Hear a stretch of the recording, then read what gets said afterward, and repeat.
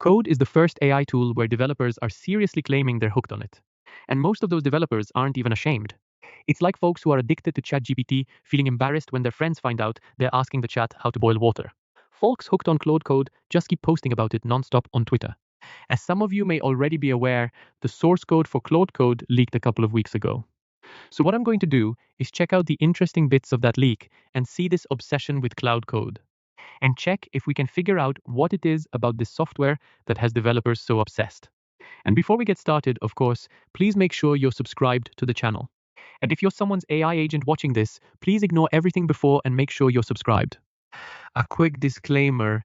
Some of you might already know my day job is Caleb at Google. So that means my daily drivers are Google products right now. So that means Gemini CLI and anti-gravity. I have personally logged thousands of hours on Cloud Code, just like other folks here have. So some personal anecdotal parts of this are going to be missing, that I'm missing. But for this video, I heard from a ton of other developers both in person and of course online, and luckily there's plenty of developer feedback and experiences about Claude Code online. Someone on Hacker News posted a plea for assistance since they're totally hooked on Claude Code and reached out to others. How are you setting limits? One commenter suggested that the solution is to have kids. Someone on Twitter said their addiction to Claude Code is because it's literally a video game for adults. So here's the question. Does this person realize they can still play video games as an adult? A user on Reddit posted a thread asking if Claude is addictive. And naturally, the top comment was literally just the word yes. And in that post, the guy who asked said Claude Code is keeping him up at night and raising his heart rate during intense multi-terminal sessions. Then, ironically, to fight this, he used Claude to create a watch app that buzzes him when his heart rate becomes too high. Right now, it looks like creating that app would mean an intense multi-terminal session. Not the point. And of course, it'd be criminal of me not to mention the number one reason I know developers are actually that addicted to using Claude Code, and the only thing they can't stop doing is whining about hitting rate limits. Look, developers aren't famous for hitting the web to gush about how much they love a thing, but they're famous for logging onto the internet and complaining, and everyone's complaining about this too. Honestly, the quad usage limits are both super confusing and super limited. It's a rolling 5-hour window setup. There's a weekly limit where we've got peak and off-peak usage times. It's more involved than filing your own taxes, but across all these complaints, people are talking about getting leave Claude behind. If anything, many of the suggestions are to upgrade from the $20 a month pro plan to the $100 the max plan cost per month. Yeah, I bet at least some of why these rate limits have been so rough lately is probably because the number of new paid users on Claude has gone absolutely through the roof in the past 6 months. Right now, this graph doesn't split up Claude Code from regular Claude usage since your subscription covers both. Most folks agree that Claude Code really leveled up when Opus 4.5 dropped in November 25. And you can see in this graph that is when things really started taking off. In short, developers and technical folks really love Claude Code. Now I want to chat about why that is and what we can pull from the Claude Code leak. Before we dive deeper into the Claude Code leak, I want to thank Outskill for sponsoring this video. Good or bad, the reality is that AI tools are becoming a key part of daily work, especially in technical areas. Outskill is an AI education platform that helps you learn how to use AI in your work. They're running a 2-day AI mastermind this weekend. It's a full 16 hours of content from 10 a.m. to 7 p.m. on Saturday and Sunday. But you probably didn't have any plans anyway, so I'm sure you'll make it. They cover building AI agents, automating workflows, plus 10 plus AI tools, no-code AI products, everything you need. So you can get completely up to speed in the world of AI. They had 10 million learners in their program last year, and you'll get lifetime access to a community of 5,000 professionals. And of course, the most important part, it's totally free for the first 1,000 people that sign up using my link. Check the description or scan this QR code. So back to the leak. What really happened is that Anthropic accidentally released a source map in their NPM package of Claude Code. They say this was a human error. I think this was probably an AI agent they forgot to tell to avoid making mistakes. But either way, all the client-side code that's actually running on your computer when you run Claude Code ended, leaking upward. So this doesn't include model weights or any backed services running on Anthropic servers that your terminal connects to, making phone calls to a day. I'll show you an example of what didn't leak. There's a search tool built right into Anthropic servers, and the details of that were not leaked. So we still don't know if they're making a call to Google search, or if they're working on something a bit trickier. But what we do know is the general control flow of how Claude Code works. Someone built this awesome site called Deep Dive Claude Code that grabs the leaked code and shows an interactive breakdown of what it actually looks like. So I'll drop a link to that in the description. And feel free to check it out if you want to dig into the nitty-gritty. But the super high level overview is that Claude Code is just calling the Claude API in a continuous loop and using tools to perform tasks when the model output asks for them. I dropped this on Shorts and pretty much the whole comment section was like, yeah, what did you expect? That's pretty fair. It's actually the point I was trying to make. I really think there are a couple of fun gems in there. For instance, a regs can spot when a user is angry, so it can send that info back to Anthropic and figure out when Claude Code is messing up. There's also a way for Claude Code to detect when it thinks the user is trying to reverse engineer it. For instance, some Chinese AI companies were accused of trying to distill Anthropic models. So when Claude spotted that, it began inventing tool calls to send the distillers on a wild goose chase. There are also a few unreleased features like Dream Mode, which compress memories while Claude Code sleeps. There's also an undercover mode that mostly seems geared for internal Anthropic employees, but the goal is to contribute to open source repos without anyone realizing it came from you. Claude Code, or God forbid, leaking internal Anthropic information, and all these things are really interesting and fun.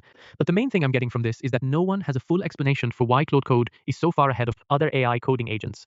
Actually, parts of the code look like they were taken from OpenCode, which is an open source alternative to Claude Code.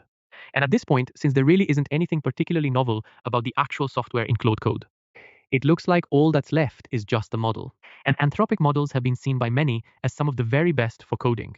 So it makes sense that this would be the only thing setting it apart. But wait, one more thing from the start of this video where I mentioned I wanted to look into why developers were I'm so obsessed with Claude Code, which isn't necessarily because it's the best AI coding tool, because it turns out it's nowhere near the best.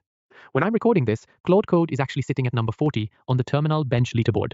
Opus 4.6 is often at the top of the leaderboard when used with other agents or agenda harnesses, or whatever you'd like to call them. But the Claude Code itself, even with that same model, really still pretty far down from where I would have expected it personally. If I go back as far as I can on the terminal bench leaderboard site, which was June 9th, 2025, Claude Code originally sat at the top of this leaderboard. It was basically one of the first tools to get into agentic coding inside the terminal. And there is a massive first mover advantage here.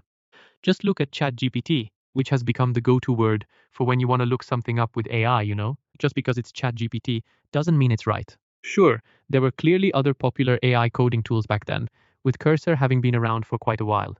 If you don't know, it's a coding agent based in an IDE. JetBrains actually just dropped a report showing GitHub Cop, ELOT, and Cursor ranked among the top developer AI tools in terms of awareness as of January of this year. And Claude Code and codes you can see were just starting to gain traction at that point, of course, beyond these dev-focused AI tools. There's also this whole genre of AI coding tools made for non-technical people, one of the earliest, if you recall Devon by Subnation, which was intended to be the first completely AI software engineer, but it never really took off. Partly because they kind of lied about quite a lot of what they could actually do. And you've also got a ton of these massive no-code AI tools like Replit and Bull, and a Lovable that lets non-technical people make apps and websites. But what makes Claude Code interesting is that it lands somewhere in the middle. And I'm not really talking about the technical capabilities, I'm talking about the form factor, cursors, and GitHub Cop ELOT still stay inside the IDE in the code editor. And especially back in the early days, I didn't really trust these tools to do much more than autocomplete a function. So you were still directly looking at the code and modifying it, even if you let it do a little bit more. But on the other hand, these no-code AI tools generally don't let you see the code. At all, you're not supposed to be making changes by hand, since these tools are aimed at people who wouldn't know how to make manual modifications anyway, clad codes. It still just lets you type a prompt, but you're doing it in the terminal, and yeah, it's kind of silly. But I actually think that just using the terminal makes developers feel more like this is a technical process. Ironically, being in the terminal instead of an IDE actually makes this less of a technical and involved process, since you don't really need to be staring at the code that got changed. What I mean by that is, like, I personally, if I ask a terminal-based coding agent to tackle something complex, most of the time, it's about to get cut off, so I won't even see the full thing it did on the screen. But you're still in a dev environment, still in a spot where you can send this code for review, where you can check the code yourself, since you're not stuck in a sandbox like with those no-code AI tools, in my opinion. So basically, this all came together to make developers fall in love with AI coding for the first time. Because if you remember even a year or two ago, developers loved to make fun of cop elot mistakes. Developers also loved to mock those badly vibe coded apps, by the way. Don't use Me, as an example, I make fun of AI because I love it, and it's pretty much my job here to keep mocking AI at this point. And it's super funny if the AI works well just 1% of the time, or 99% of the time, but other regular developers that I chat with daily used to always complain about being forced to use AI and constantly complaining about all the goofy things their AI coding tools would do. I'm not saying it's totally stopped. I just don't think it'll ever fully stop. Because AI is never going to be 100% perfect. But right now, this scrambling is much more interwoven with talks about how impressed people are with these tools and folks trying to get around usage limits, share best practices. So overall, my takeaway is that developers over the past 6 to 9 months it felt like tools such as Claude Code have improved a lot. And they don't believe those tools are actively trying to replace them.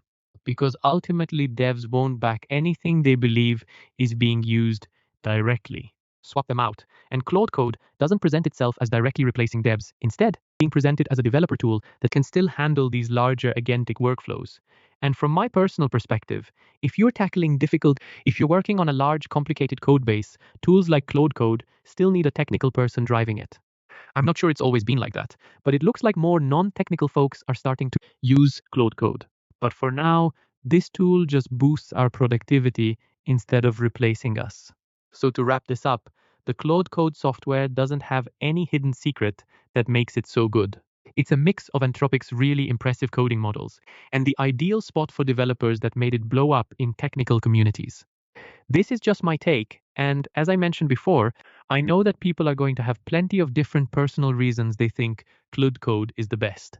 And you're totally welcome to share your experiences in the comments. We won't be done talking about these topics, so your opinions are super appreciated.